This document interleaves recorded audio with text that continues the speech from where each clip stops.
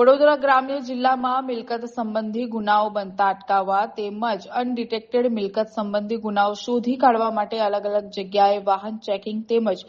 શકમંદ ઇસમોની બાતમી હકીકત મેળવી મિલકત સંબંધી અનડિટેક્ટેડ ગુનાઓ શોધી કાઢવા સૂચના અંતર્ગત ડભોઈ પીઆઈ જેએમ ચાવડા દ્વારા પોલીસની અલગ અલગ ટીમો બનાવી ગુનાને શોધી કાઢવા પોલીસ ઇન્સ્પેક્ટરના સર્વેલન્સ સ્ટાફની હ્યુમન સોશિયલ તથા ટેકનિકલ સોર્સના બનાવવાળી જગ્યાની આજુબાજુમાં આવેલ સીસીટીવી ફૂટેજ ચેક કરાવી જરૂરી સૂચના આપેલ, જે આધારે GM Chavda police inspector Dabhoi police સ્ટેશનનાઓને હ્યુમન સોર્સ આધારે માહિતી મળેલ છે કે અગાઉ ચોરીમાં પકડાયેલ મિલનભાઈ ઉર્ફે રાહુલ રાઠવા અને તેની સાથે બીજો એક ઈસમ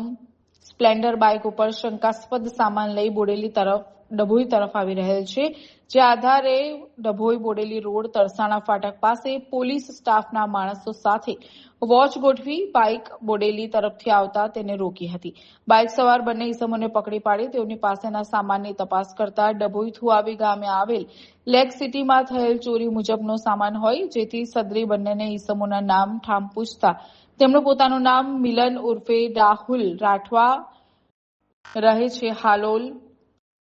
બીજો છે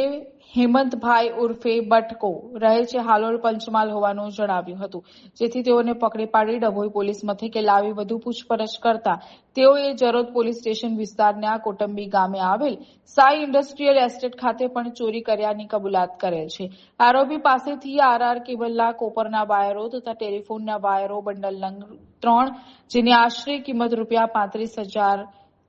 પ્લમ્બિંગનો સામાન, મેટ્રોપોલ તથા ડ્રાઇવટર આશરે ₹1,18,300 તથા બાઇકની કી ₹30,000, મોબાઈલ ફોન નંગ 2 ₹15,000 મળી કુલ ₹1,98,305નો મુદ્દામાલ કબજે કર્યો છે.